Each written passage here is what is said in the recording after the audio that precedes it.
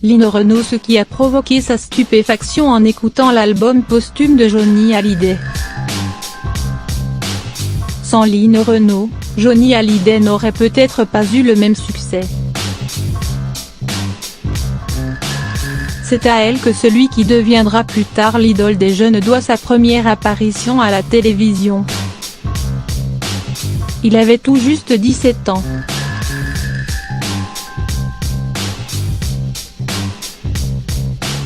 Et pour toujours la chanteuse et comédienne sera sa marraine.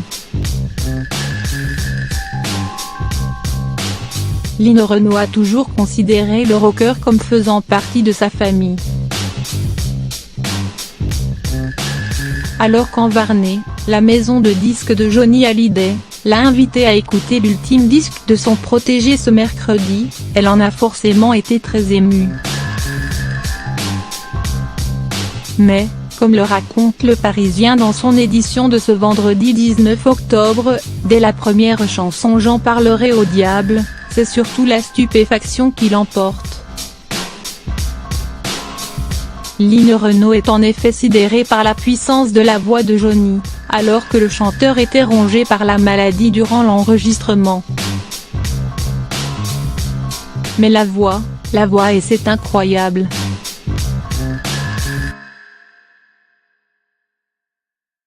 Et, dans les paroles, on sent qu'il sait ce qu'il va lui arriver.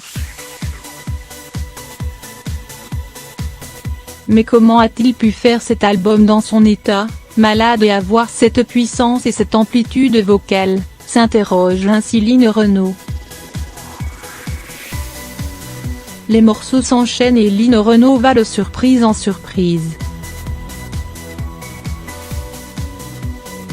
Et après 40 minutes d'écoute, l'artiste confie « Je ne m'attendais pas à ça. Il a tout donné.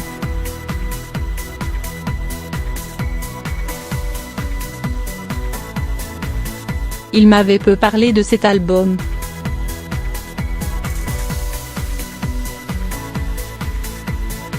Il disait juste « Je suis bien entouré, le disque va être bien ».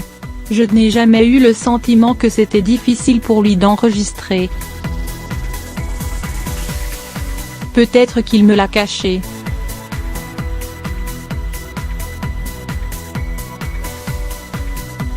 Je ne l'ai jamais entendu se plaindre.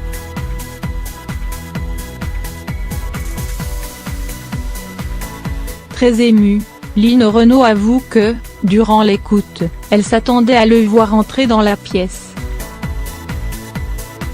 Je repensais au gamin de 17 ans que j'avais présenté à la télé.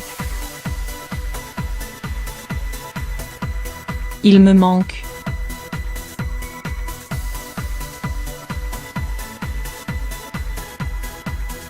Je pense à lui tous les jours, dit-elle bouleversée.